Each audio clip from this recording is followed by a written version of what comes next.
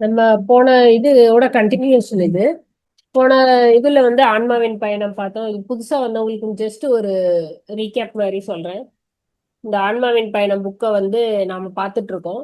இதுல வந்து life after டெத்துங்கிற மாதிரி இறந்த பிறகு என்னெல்லாம் நம்ம எங்க போறோம், எப்படி எல்லாம் இருக்கோம், நம்ம கர்மா, லா ஆஃப் கர்மா நம்மளுக்கு எப்படி வேலை செய்யுது, அதெல்லாம் இதுல கொடுக்கப்பட்டிருக்கு. ஸோ இதுல வந்து நம்ம முதல்ல ஒரு 4 கேள்விகள் பார்த்தோம். அதுல வந்து முதல்ல வந்து கேட்டது வந்து நரகம் சொர்க்கம்னு இருக்கான்னு கேட்டாங்க. அப்படி உண்மையிலே ஒண்ணும் கிடையாது.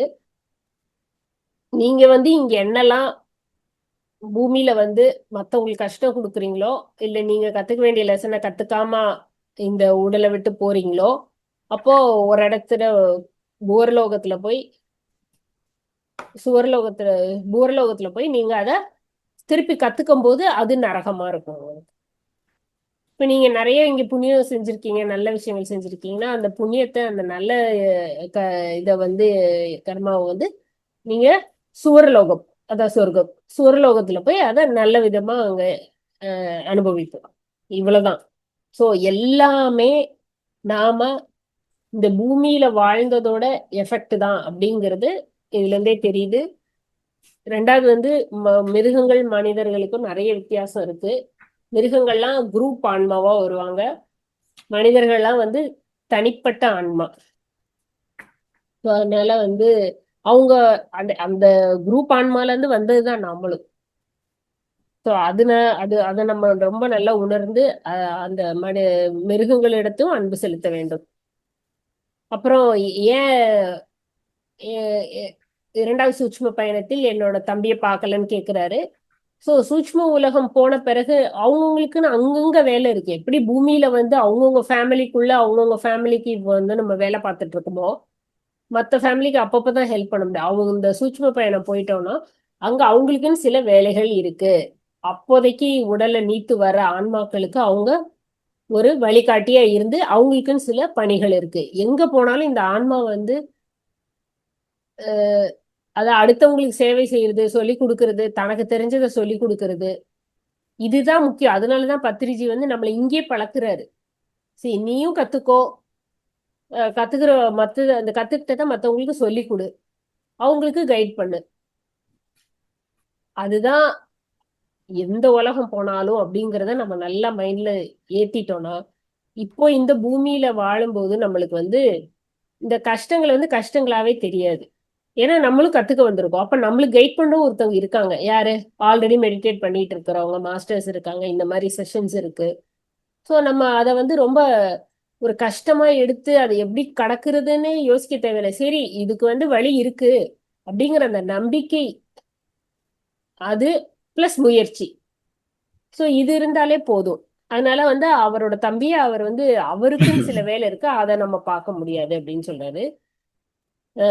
நாம வந்து அதுல என்ன பார்த்தோம்னா, ஒரு நடுவுல இருக்க ஒரு சுயம் ஆன்மா, அதை சுத்தி 7 உடல்கள். உடல்கள்னு நம்ம சொல்றோம், அது எனர்ஜி பாடிஸ் தான். ஸோ ஒவ்வொரு நிலையும் நம்ம இந்த உடலை நீத்த பிறகு ஒவ்வொரு சூட்ச்ம பயணம் போகும்போதும் நாம அங்க வந்து சில விஷயங்களை கத்துக்கிட்டு அந்த உடலான அந்த எனர்ஜி இதை வந்து உதிர்த்துட்டு அடுத்த லெவலுக்கு போறோம். இப்படிதான் போய்க்கிட்டே இருக்கோம் நம்ம. ஸோ அதுல வந்து இன்னொன்னு கடைசியா 4வது கேள்வி என்னன்னா, லா ஆஃப் கர்மா சொல்லுங்க. ஏன் ஒவ்வொருத்தவங்க வந்து குருடாகவும் முடமாகவும் பிறக்கிறாங்க அப்படின்னா, அதுக்கு அவர் சொன்ன ஒரே இது வந்து நாம செய்த முன்வினையின் பயன்தான். இத வந்து தெளிவா புரிஞ்சுக்கணும் நம்ம. அப்படின்னா நம்ம என்ன பண்ணுவோம்னா, ஆட்டோமேட்டிக்கா நம்மளுக்குள்ளேயே நம்ம ஃபோக்கஸ் பண்ணுவோம். வெளியில மத்தவங்கள யோசிக்க கூட நேரம் இருக்காது நம்மளுக்கு. அதுதான் அதுல வந்து ரொம்ப இம்பார்ட்டன்டான விஷயம். இதை நம்ம கண்டிப்பா எல்லாருமே ஃபாலோ பண்ண உள்முக பயணம், தியானம் பண்ணணும், சேவை பண்ணணும். நான் என்ன கத்துக்கணும், நான் எப்படி என்னை உயர்த்திக்கணும், நான் வந்து அந்த கடவுளா அடைய வேண்டிய ஒரு ஆன்மா, அது அந்த பயணத்துல இருக்கோம் நம்ம. My dear friends, masters and காட்ஸ்ன்னு ஏன் அவர் அவ்வளோ அழகா சொல்லிட்டு எல்லாமே பத்ரிஜி சொன்னது எல்லாமே ரத்தின சுருக்கமா சொல்லிட்டாரு. அந்த ஒரு 3 வார்த்தை, ஒரு சென்டென்ஸ், 2 சென்டென்ஸ்ல பல விஷயங்கள் இருக்கு. அதை வந்து விரிவாக்கம் பண்ணோம்னா அது இப்ப நிறைய வந்து எக்ஸ்பிளனேஷன் நம்ம கொடுக்கலாம். நம்ம கடவுள் தன்மையை அடைய போறோங்கிறத முன்னாடியே நமக்கு சொல்லிடுறாரு. ஸோ அதனால இப்ப நீங்க ஃப்ரெண்ட்ஸா இருக்கீங்க, அப்புறம் மாஸ்டர்ஸ் ஆவீங்க, அப்புறம் கடவுளாக போறீங்க. ஸோ அப்ப அந்த கடவுள் தன்மை அடையிறதுக்கு நம்மள தூய்மைப்படுத்தணும், நம்ம மனநிலையை வந்து மேன்மைப்படுத்தணும், நம்ம எண்ணங்களை வந்து அன்பா மாத்தணும், மனசு ஃபுல்லா அன்பு வரணும் அப்படிங்கிறது தான் மெயின் நோக்கமே அதுதான். ஸோ அந்த கர்மால இருந்து வெளில வர்றதுக்கு நம்ம தியானம் பண்ணணும். இப்ப 5வது கேள்வியை பார்ப்போம். ஏன் சிலர் பிறக்கும்போது வெள்ளி கரண்டியுடன் born with சில்வர் ஸ்பூன் பணக்காரனாகவும் ஆரோக்கியத்துடனும் பிறக்கின்றனர். சிலரோ சேரிகளில் நிறைய வியாதிகளை தம் பெற்றோரின் பரிசாக பெற்று பிறந்து கஷ்டப்படுகின்றனர். ஏன் இந்த பாராபட்சம் அப்படின்னு கேட்கிறாரு. இது ஏன் இப்படி கடவுள் வந்து பாராபட்சம் காமிக்கிறாரு அப்படின்னு. ஒவ்வொரு மனிதனும் பிறப்பு சூழலும் மற்ற நிகழ்வும் அவனுடைய முந்தைய ஜென்ம வாழ்வின் விளைவே அப்படின்ட்டாரு. மேலும் இது திருப்பி அந்த லா ஆஃப் கர்மா தான் வருது.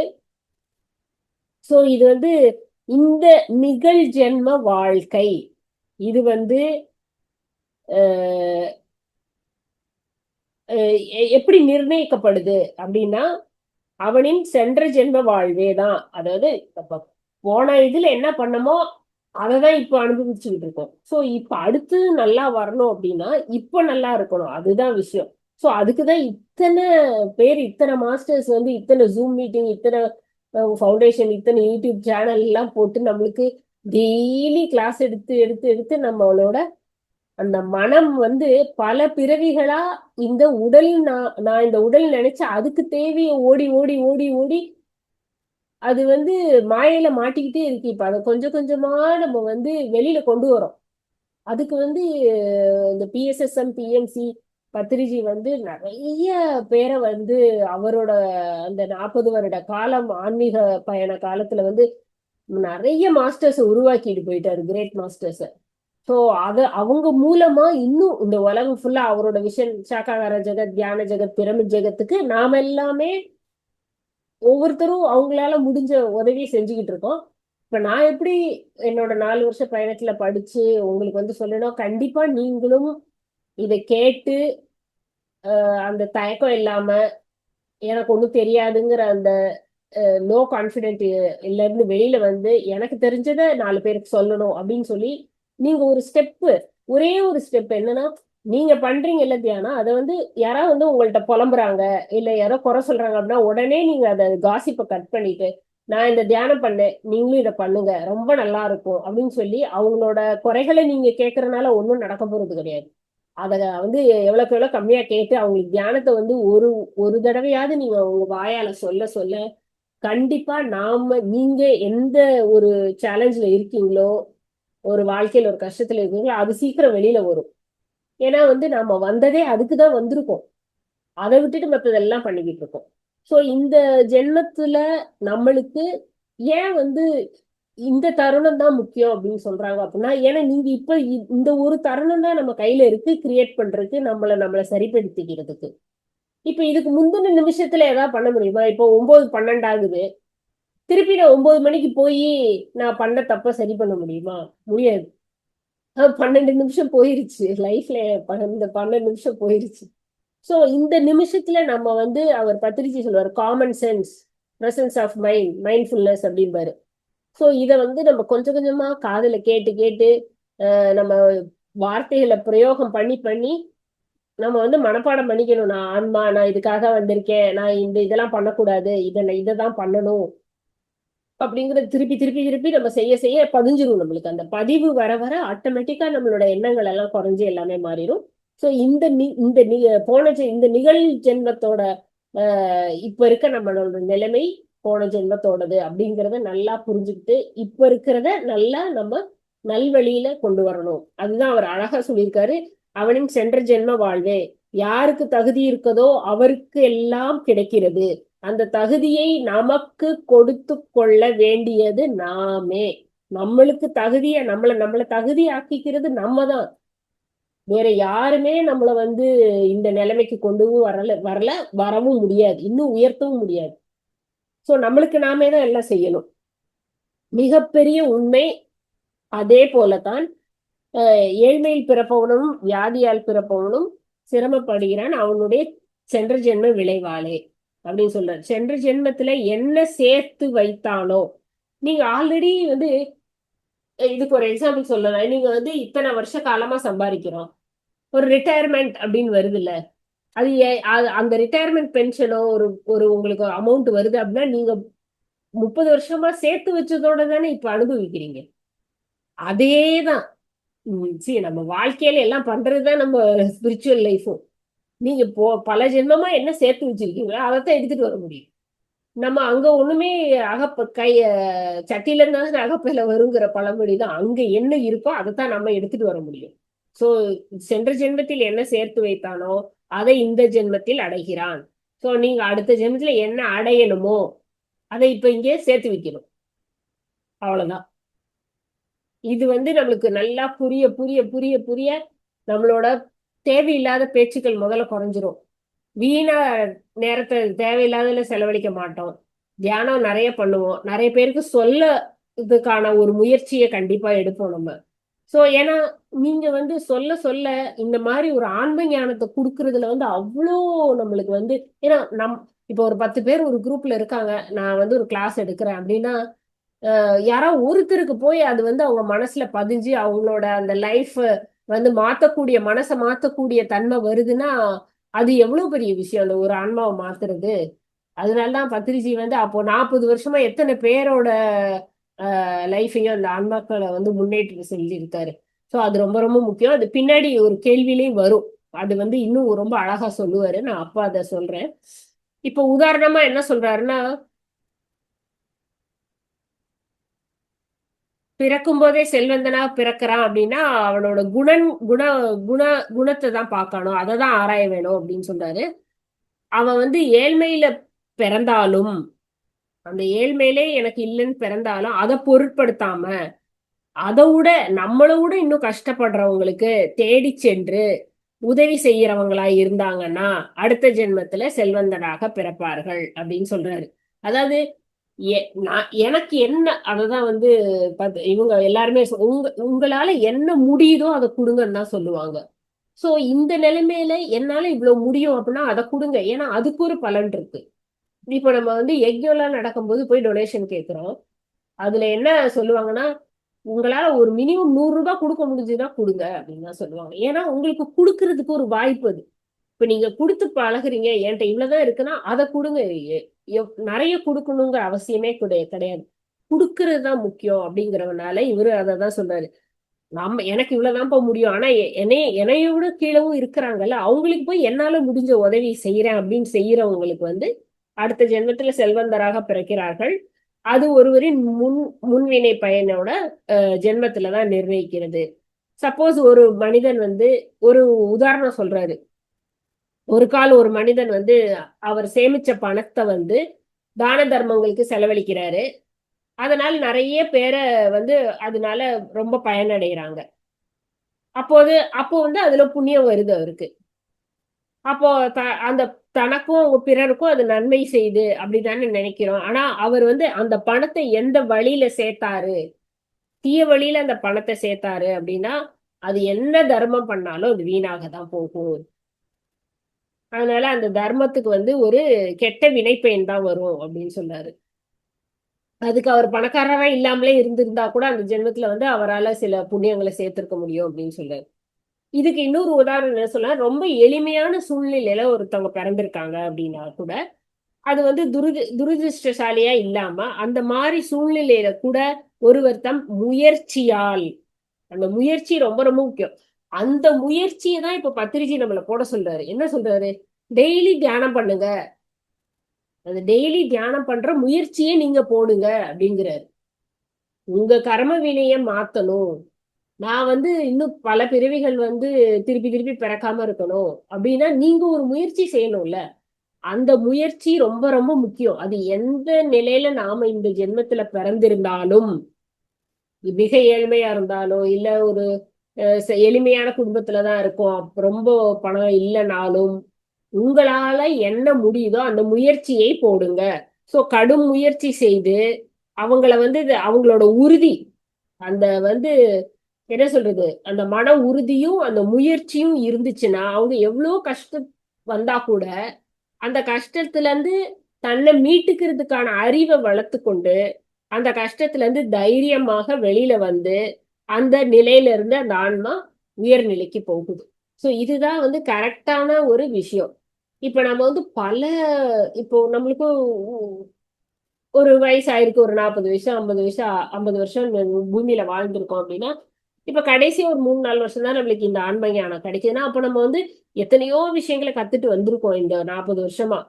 ஒரு இசையா இருக்கட்டும், ஒரு சமையலா இருக்கட்டும், ஒரு கலையா இருக்கட்டும், ஒரு படிப்பா இருக்கட்டும், ஒரு குடும்பத்தை நிர்வகிக்கிற பொறுப்பா இருக்கட்டும், எல்லாம் கத்துக்கிட்டே தான் வரும். ஆனா அதுல முக்கியமானது என்னது? இந்த ஆன்ம ஞானம். சோ இத கத்துக்க கத்துக்க கத்துக்க என்ன, நம்ம அறிவு வளரும் போது அதை வந்து நம்ம வாழ்க்கையில நம்மளுக்கு வர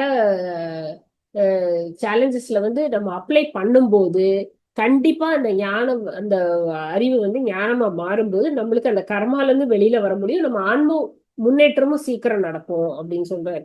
சோ எளிமையா நான் இந்த சூழ்நிலையில தான் பாருக்கேன், என்னால முடியலப்பா, என்கிட்ட கார் இல்ல, நான் அங்கெல்லாம் போக முடியாது அப்படின்லாம் நம்ம சொல்லி நம்மள நாமளே தாழ்த்திக்க கூடாது. நம்மளால என்ன முடியுதோ அந்த முயற்சியை போட்டு அந்த உறுதியா இருந்து விடாமுயற்சி எடுத்து அறிவால நம்மள நாம எவ்வளவு தூரம் முன்னேற்றிக்க முடியுமோ, இந்த பிறப்பு கிடைச்சதே ஒரு பெரிய அரிய வாய்ப்பு. சோ அந்த அரிய வாய்ப்பை யூஸ் பண்ணி எவ்வளவுக்கு எவ்வளவு நம்ம ஆன்மாவையும் நம்ம அறிவையும் விரிவாக்கி கொள்றோமோ அவ்வளவுக்கு எவ்வளவு நம்மளோட முன்னேற்றம் இருக்கும். 6வது கேள்வி வந்து என்ன கேக்குறாரு? பிறப்பின் சில வெளிப்படையான வேறுபாடுகள் எனக்கு விளக்கம் தருவீர்களா? சிலர் நிறம் குறைந்தவர்களாகவும் சிலர் வெள்ளை தோலுடனும் பிறப்பது ஏன்? வெள்ளை தோல் மனிதன் கருப்பு நிறத்தினை விட வளர்ச்சி பெற்றவன் ஆன்மாவா? அந்த மாதிரி எல்லாம் இருக்கே, ஏன் இப்படி வந்து ஒரு உலகத்திலே வந்து இவ்வளவு வேறுபாடான மனிதர்கள் பிறக்கிறாங்க? வெள்ளை தோல் இருக்கிறவங்க எல்லாம் ரொம்ப முதிர்ச்சி அடைந்த வளர்ச்சி அடைந்த ஆன்மாவா அப்படின்லாம் கேக்குறாரு. அவர் என்ன சொல்றாரு? அப்படிலாம் எதுவுமே கிடையாது. ஆன்மீக ரீதியா பார்க்கும்போது வெள்ளை நிறமோ கருப்பு நிறமோ அதெல்லாம் ஒரு மனிதனை ஒரு சிறப்புலாம் ஒண்ணும் கொண்டு போறது கிடையாது. மனிதனின் அவங்களோட வளர்ச்சிக்கு வந்து நிறம் ஒரு காரணமே இல்லை. அது எந்த வேறுபாடு அதெல்லாம் கிடையாது. அவங்கவுங்க எந்த நிலத்துல, எந்த சூழ்நிலையில, எந்த என்விரான்மெண்ட்ல பிறக்கிறாங்களோ அந்த தட்பவெப்பநிலை, அந்த சீதோஷண நிலை, அந்த நிலத்தின் தன்மை, இதெல்லாம் தான் அதை வந்து நிர்ணயிக்குது.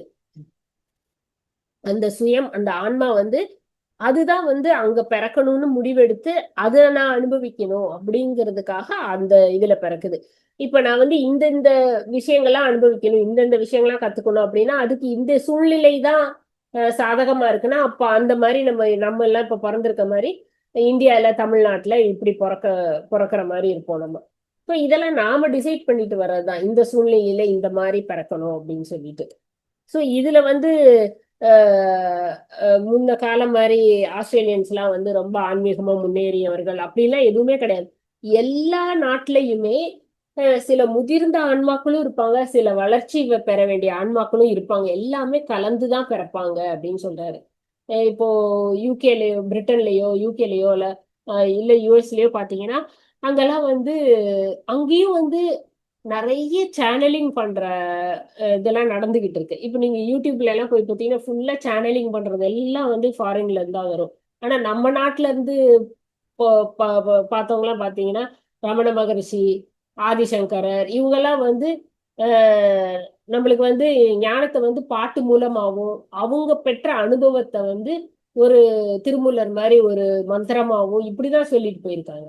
ஆனா அவங்க நாட்டுல பாத்தீங்கன்னா சேனலிங் மூலமா எனக்கு இந்த மெசேஜ் வந்தது, இந்த ஸ்டார் பீன்ஸ்ல இருந்து இந்த மெசேஜ் வந்தது அப்படின்னு சொல்லி அவங்க ஷேர் பண்றாங்க. பட் மொத்தத்துல ஞானம் எல்லாம் ஆன்மீக ஞானம்ங்கிறது ஒண்ணுதான். அதுல வந்து அது வேற ஆன்மீக ஞானம், இது வேற ஆன்மீக ஞானம்லாம் எதுவுமே கிடையாது. எல்லாம் ஒண்ணுதான். எல்லா நாட்டிலையுமே எல்லா இனத்திலையுமே எல்லா பகுதி உலகத்துல உள்ள எல்லா பகுதியிலுமே எல்லா ஆன்மாக்களும் கலந்துதான் வருவாங்க.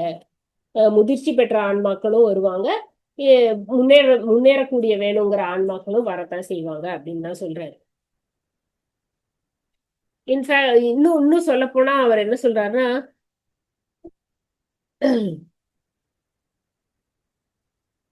கலப்பு திருமணங்களை பற்றியும் இந்த மாதிரி இனம் இனம் மாறி வேறு வேறு நாட்டவங்கெல்லாம் கலப்பு திருமணம் பண்றாங்கல்ல, அது ஏன் அப்படின்னு கேக்குறாரு.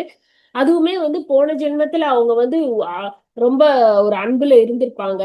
அவங்கள இந்த ஜென்மத்துல திருப்பி பார்க்கும்போது அவங்களுக்கு அந்த அன்பு திருப்பி மலர்ந்து அவங்க வந்து திருமணம் பண்ணிக்கிறாங்க அப்படிங்கிற மாதிரி சொல்றாரு. அஹ் இன்னொன்னு வந்து அடுத்து அடுத்து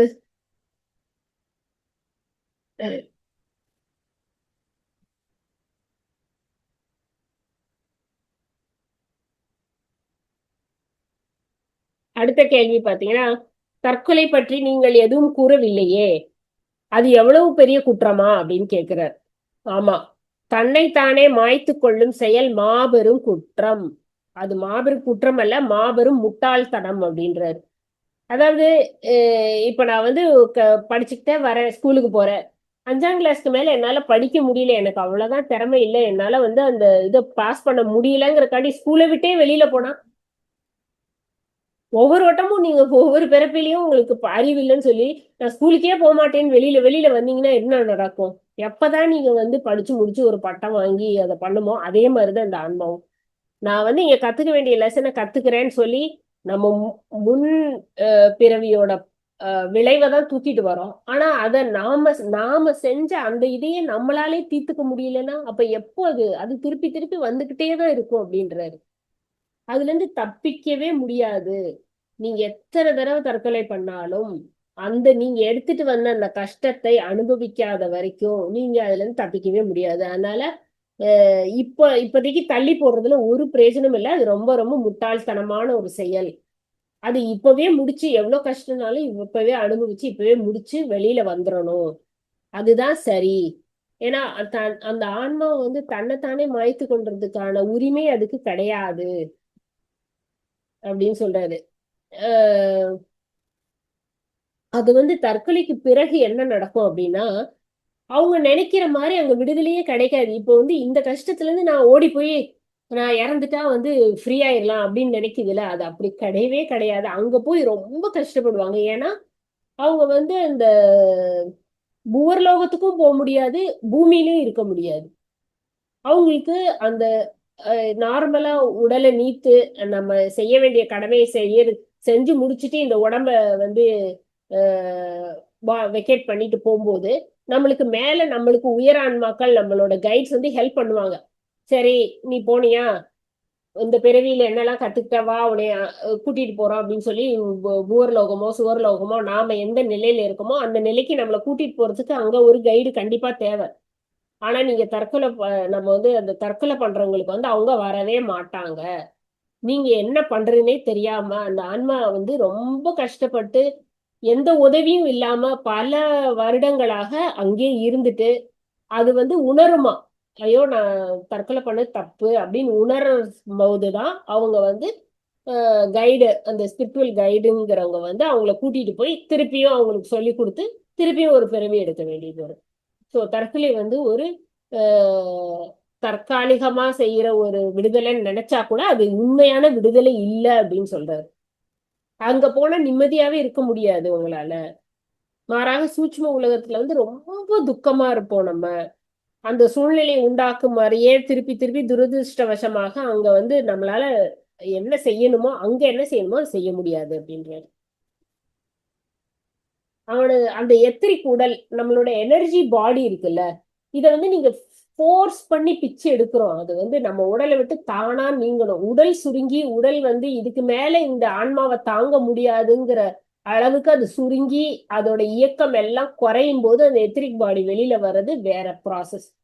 இப்ப நம்ம வந்து வம்புக்கு அதை புடிச்சு இழுக்கும் போது அந்த எத்திரிக் பாடி வந்து ரொம்ப செதஞ்சு போயிருமா. அதனால அதை வந்து திருப்பி அதை வந்து நார்மலா அந்த ஒரு எத்திரிக் பாடி எனர்ஜியை கொண்டு வர்றது அவ்வளவு வந்து சுலபமான விஷயம் இல்லை அப்படின்னு சொல்றாரு.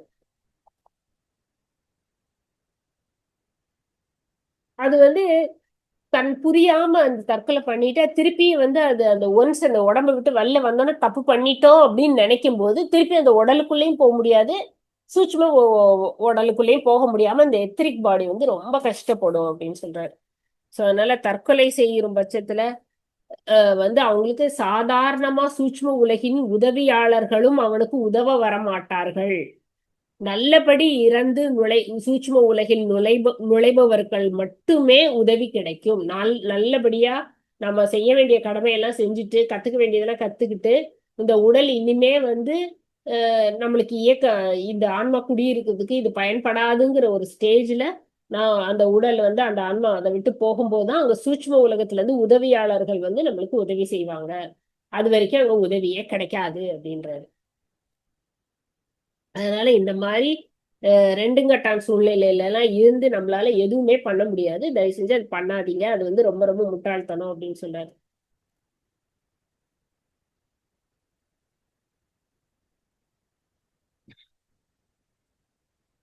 இது வந்து இன்னொரு கேள்வி கேட்கிறாரு. கடவுள்னு ஒருத்தர் இருக்காரு, இல்ல தேவதைகள்லாம் இருக்காங்க அப்படின்னா ஏன் அவங்க வந்து அவங்களோட வாழ்வை வந்து ஏன் வந்து கட்டுப்பாட்டுக்குள்ள வைக்கல? ஏன் நாட்டுக்கு நாடு இப்படி போரெல்லாம் நடக்குது?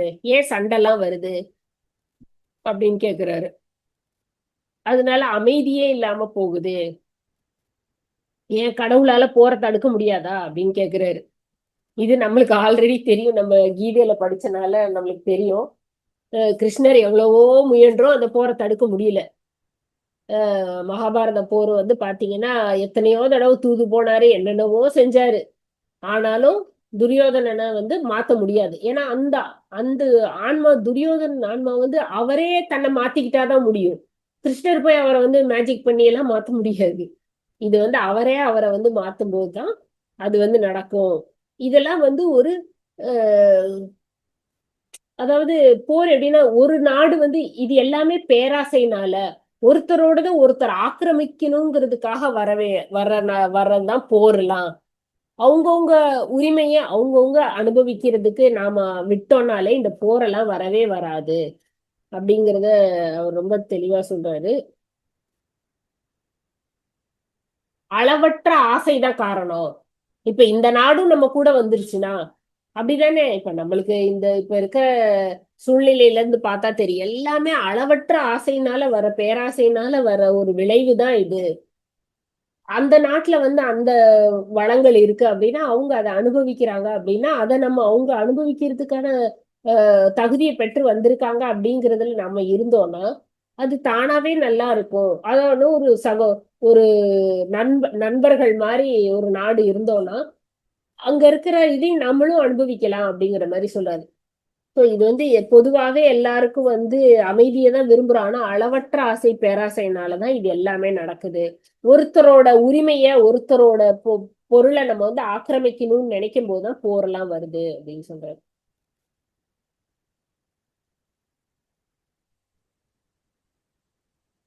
அப்புறம் வந்து அடுத்த கேள்வி என்ன கேக்குறான்னா, ரொம்ப முதிர்ச்சி பெற்ற ஆன்மா உறக்கத்தின் போது அந்த உணர்வுடன் செயல்படுகிறார்களா?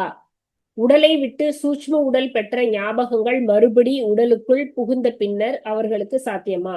அதான் ரொம்ப முதிர்ச்சி பெற்ற ஆத்மான்னு வச்சுக்கோ. அவங்க அடிக்கடி சூட்ச்ம பயணம் போறாங்க. அது போயிட்டு வந்து அவங்களுக்கு ஞாபகம் இருக்குமா? மறுபடி உடலுக்குள் புகுந்த போது அவர்களுக்கு அதெல்லாம் ஞாபகம் இருக்குமா அப்படின்னு கேக்குறாரு. அவரு திருப்பி என்ன கேக்குறான்னா, நீ எந்த மனிதனை முழு வளர்ச்சி பெற்ற மனிதன் என்று சொல்கிறாய் அப்படின்னு கேக்குறாரு. என்னை பொறுத்த வரைக்கும் ஒரு 500 600 பிறவிகள் தாண்டினாதான் அவங்களுக்கு முதிர்ச்சி நிலையே அந்த ஆன்ம முதிர்ச்சி நிலையே வரும் அப்படின்றாரு. அதாவது முதல் ஒவ்வொரு ஜென்மத்திலையும் நழுவி நழுவி வரும். செய்ய வேண்டியதை செய்ய முடியாம புரிய வேண்டியதை புரியாம அப்படியே தள்ளி தள்ளி போட்டுக்கிட்டே அவங்க வர வர 600 500 பிறவிகள் தாண்டி தான் வந்து ஒரு கடைசி இருக்கிற 50 60 பிறவிகள்ல தான் வந்து அவங்களால ஒரு முதிர்நிலைக்கே வர முடியும். தியானம்னு ஒண்ணு இருக்கு செய்யுங்க அப்படின்னு சொன்னா அதை காது கொடுத்து கேட்டு ஓஹோ அப்படின்னு செய்யறதுக்கு ஒரு முயற்சியாவது எடுக்க முடியும். அந்த மாதிரிய வந்து ஆஹ் இப்போ அதாவது அந்த அந்த நிலைமையில தான் நீ இருக்க அப்படின்னு சொல்றாரு. ஏன்னா இந்த ஆச்சாரிய வந்து இந்த ஆத்தருக்கு இந்த புத்தகத்தோட ஆசிரியருக்கு வந்து உதவி செய்யறாரு. ஏன்னா அவர் ஆல்ரெடி 500 600 பிறவி முடிச்சுட்டு இந்த 50 60 பிறவிகள்ல இருக்கிறனால அவங்க வந்து நம்மளுக்கு உதவி செய்யறாரு. எதுக்கு சூட்ச்ம பயணம் எல்லாம் போய் எல்லா ஞானத்தையும் கொடுக்குறாரு. சோ அவர் வந்து அவரா முதிர்வு நிலைக்கு வரலன்னா கூட முதிர்வு நிலைக்கு அவரை கூட்டிட்டு போறாரு இவர். சோ இந்த இந்த வாய்ப்பு உனக்கு கிடைச்சது இல்ல. இவர் வந்து என்ன சொல்றாரு அப்படின்னா கடைசியில உனக்கு இந்த வாய்ப்பு கிடைச்சது. எதையுமே நீ வந்து அந்த நிலையில இல்ல, இந்த பிறவியில வந்து நீ அந்த முதிர்வு நிலையில இல்லைனாலும் உனக்கு வந்து அந்த வாய்ப்பு வந்து நான் வந்து உன்னை கூட்டிட்டு போய் எல்லா ஞானத்தையும் உனக்கு சொல்லேன். அந்த வரம் உனக்கு கிடைச்சத அத நன்றியுடன் ஏத்துக்கிட்ட அத மத்தவங்களுக்கு கொண்டு போய் சேர்க்க வேண்டியது உன்னுடைய கடமை. இப்ப நாம செஞ்சுக்கிட்டு இருக்கதான் பத்திரிஜி என்ன கத்துக்கிட்டாரோ அதை எப்படி நம்ம எல்லாருக்கும் சொன்னாரோ அந்த புக்கை நம்ம படிச்சு நான் இன்னொருத்தவங்களுக்கு சொல்லிக்கிட்டு இருக்கேன். சோ இது வந்து நாம பெற்ற இந்த ஆன்மீக ஞானத்தை கண்டிப்பாக மற்றவங்களுக்கு கொடுக்க வேண்டும். அதுதான் உன்னோட வேலையே அப்படின்னு சொல்றாரு. ஏன் உனக்கு வந்து அந்த உயர் ஆன்மாக்கள் வந்து உனக்கு இந்த ஞானத்தை கொடுத்துருக்காங்க அப்படின்னா நீ போய் நீ அனுபவிச்சதை போய் மத்தவங்களுக்கு சொல்லு, இப்படி இப்படி எல்லாம் இருக்கு, இதெல்லாம் இப்படிதான், இந்த லா ஆஃப் கர்மா, இப்படி தற்கொலை பண்ணக்கூடாது, வேறுபாடு கிடையாது, நிறத்தினால வந்து முதிர்வு பெற்ற ஆன்மாலாம் கிடையாது, இதெல்லாம் நீ போய் சொல்லு அப்படின்னு சொல்றாரு. இப்ப இந்த இந்த பணியை உனக்கு வந்து ஒரு பொறுப்பு கொடுத்துருக்கோம், உனக்கு வந்து ஒரு ஞானத்தை கொடுத்து உனக்கு அந்த பொறுப்பை கொடுத்துருக்கோம். நீ போய் இதை வந்து தீவிரமா செஞ்சு அதுல இருந்து நம்ம நீ முன்னேறி வந்தேன்னா நீ வந்து உடலை விட்டு சூட்சும உலகம் போகும்போது அங்கு நடப்பன எல்லாமே உனக்கு எல்லாம் ஞாபகம் இருக்கும். எப்ப நீ இந்த இந்த வேலையை வந்து கரெக்டா செஞ்சுட்டு வரியோ அப்போ உனக்கு சூட்சும உலக பயணத்துல போயிட்டு வரும்போது எல்லாம் ஞாபகம் இருக்கும் அப்படின்னு சொல்றாரு. மரணம் தாண்டிய வாழ்வு பற்றிய அறிவு உன்னை மேலும் மேலும் மேம்படுத்தி பலப்படுத்தும். அதாவது இவருக்கு அந்த ஞானம் கிடைச்சனால மத்தவங்களை விட சீக்கிரமா நீங்க ஒரு முதிர்வு நிலைக்கு போக முடியும் அப்படின்னு சொல்றாரு. அதே சமயம் எனக்கு இந்த ஞானம் கிடைச்சிருச்சு, நான் வந்து மத்தவங்களை விட ரொம்ப மாறுபட்டவன், ரொம்ப உயர்ந்தவன், நான் ரொம்ப மேம்பட்டவன் அப்படிங்கிற மனப்பான்மை தேவையே இல்லை. கர்வம் வந்து ரொம்ப ஆபத்தானது அப்படின்றாரு. எப்பயுமே நான் இதை கத்துக்கிட்டேன்ப்பா, நான் உன்னை விட மேன்மையாயிட்டேன், நான் உங்களை எல்லாம் விட ரொம்ப முதிர்ச்சி அடைஞ்சிட்டேன் அப்படின்னு நம்ம மனசளவுல கர்வம் பட்டோம்னா மேலு உலகத்திலிருந்து வரும் உதவி நிறுத்தப்படும் அப்படின்னே சொல்லிட்டாரு.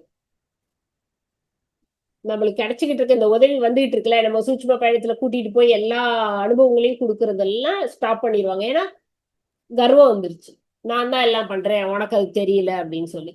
அதனாலதான் பத்திரிஜி என்ன சொல்ல, no judgement, no comparison, no blaming எல்லாம் சொல்லிட்டாரு. அவர் சொன்ன அந்த கீ வேர்ட்ஸ், முக்கியமான சில வார்த்தைகளை மட்டும் அப்பப்ப நம்ம ஞாபகப்படுத்திக்கிட்டே இருந்தோம்னாலே நம்மளுக்கு நிறைய சேஞ்சஸ் வரும் நம்மளுக்கு.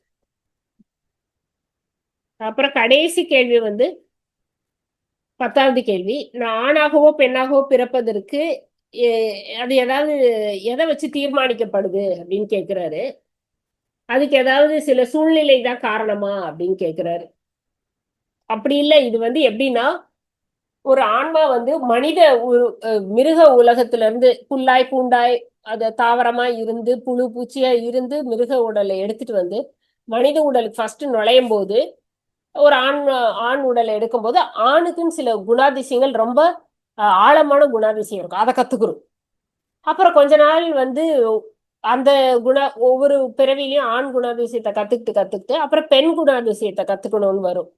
சோ இந்த மாதிரி அது பண்ணும்போது 2 குணங்களும் சமநிலைக்கு வர்ற வரைக்கும் மாத்தி மாத்தி பிறந்துகிட்டே தான் இருக்கும்.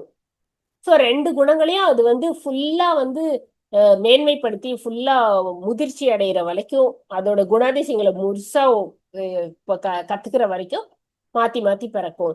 எந்த குணம் வந்து அதுக்கு ரொம்ப கம்மியா இருக்கோ அந்த பிறவி எடுக்கும். இப்ப பெண் குணாதிசயம் வந்து அந்த ஆன்மாக்கு அந்த அனுபவம் கம்மியா இருக்கு அப்படின்னா அந்த பெண் உடலை எடுத்துட்டு வந்து அந்த பெண் உடலுக்கு தேவையான குணாதிசயங்கள்ல அது வாழ்ந்து அதோட அனுபவத்தை பெறும்.